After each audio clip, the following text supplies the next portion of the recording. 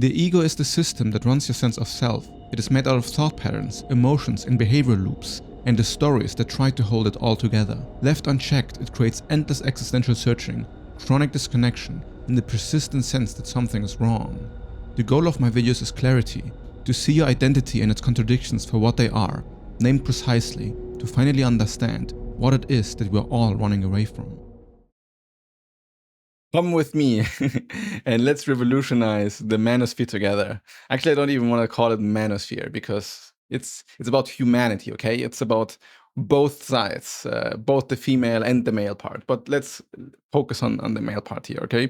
So a true high-value man. A true high-value man is a man who has a high degree of consciousness towards their own ego. And it is the polar opposite of what you see is being sold to you as like the high value man. Because what is being sold as the high value man is the man who is completely full of himself.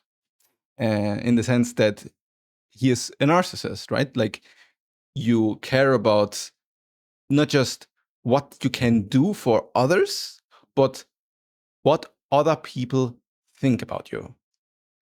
And this is not conscious about your own ego. You might think that you're very self-aware because, wow, everybody loves me and I'm aware that everybody loves me. But this is actually narcissism, right? You're not aware of how your own identity is actually constructing itself and what this construction is causing to other people, but you're just aware of the fact of how you're being perceived and how this can fuel your narcissistic supply. If what you care about is being perceived as high value, by definition, you cannot be that high value. That's actually not fully true, but you are not looking at where your own insecurity lies when this is the way you operate in the world. Because you are, of course, extremely insecure if the only way you can feel like you are a high value person is by getting the feedback of other people that you are like high value. And you might say that, okay, but in like an economy, something is high value if other people perceive it this way.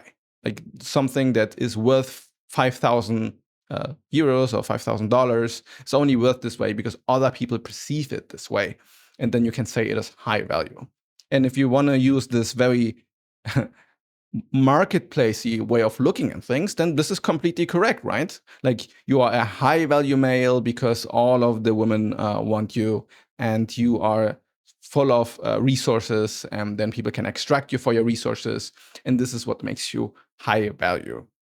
If you want to go with this definition, then go with this definition. But you will find yourself extremely empty as a result of this, if this is the way you are constructing the meaning within your life. Like you might think that everybody else looks at you like a high value person, but you yourself actually don't look at yourself that way. Because if your own value is dependent on other people, then effectively, you're saying that your own value for yourself is zero. Like, if you cannot determine that you are valuable independent of things external to you, then why care about yourself? And I'm going to give you an example that makes it extremely obvious. Can a baby be high value? If the baby isn't contributing much to society except of crying and annoying everybody and shitting everywhere and pissing everywhere, then isn't it like a low value object? Why should we care about babies? And if the reason to care about babies is because maybe in the future they can make $1 million company, we are creating a dystopia, okay? This isn't where our values actually should be. Maybe when we talk about high value men, we should talk about what we mean with value. What is it that we are valuing in society? And clearly, when we think about babies, we are valuing something different than what they can provide or give for us. So I would argue that real value is something way more transcendent than any material or physical object. Like something that is high value goes more into the realm of virtue, like somebody who has principles and can hold on these principles. For example, I can say that I never want to have a sponsor sponsoring gambling because it is basically, selling gambling to your audience. So this is like a principle that I have and that I want to hold on to. Now, if you are a high value man, you are holding on to your principles.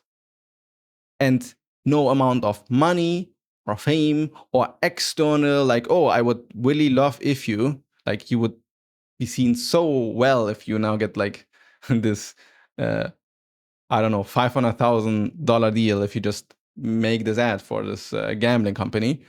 Like, think about the value that you suddenly gain in the eyes of others. Suddenly you have $500,000. And what did you do? Well, you made thousands and thousands of people addicted to gambling and maybe destroyed families in the process. Now, you are a high value man, right? Like, look at how much money you made and you gave a shit about the rest of humanity. Like, I would say the net value is actually negative. It's actually pretty much the opposite of whatever value is. If we don't attribute value to our integrity and the well-being of the overall society, then what the fuck are we doing here? If it's all just about me, look what I can accomplish, look what I am, look what I did, look that, like, this is the destruction of our society. And in which world are high value men the destruction of our society? Like, something here got wired in the wrong way. And the same you can see, I'm gonna name drop now. Think about the fact that so many young men in this current generation have had their role model of a sex trafficker and abuser who took other women's passport away and then beat them so that they can sell sex work for him, like by force. And then this person is like the head of the Manosphere, or was at least. Now he's behind bars, thank God. I hope this is gonna keep this way. Now, can you understand how crazy it is that this is the most, or was at least the most famous person of the Manosphere? And like, it should show you the rot that has happened, where our perception of what value is got fundamentally destroyed because we weren't actually conscious about our own ego. Because it's the ego that destroys our principles, because it is fueled by what other people perceive as valuable instead of what we perceive as valuable. And you can also say the same thing for the president of the United States of America. Like, in some way, you could say that he's like the highest value male because he just had the most power, has the most power. Although right now, I don't know if I would sign that, but, and he's the most narcissistic person on earth. So much narcissism and self-aggrandizement and just caring about himself and taking resources from all other places for himself, completely ignorant about his own ego, completely unconscious, completely committed to the devil, if you want to say. And he is in the highest power of government. So something got kind of wrong. Something got messed up. And it's because we lost contact with what valuable means, and we do not understand that it is the consciousness of our own ego mechanics that is actually what creates value for yourself and other people in society. To look at your own life and figure out where is it that you're actually harming yourself and others, and fixing this. And then if it is fixed, to provide Resources for others is great, right? Providing safety for other people around you is amazing.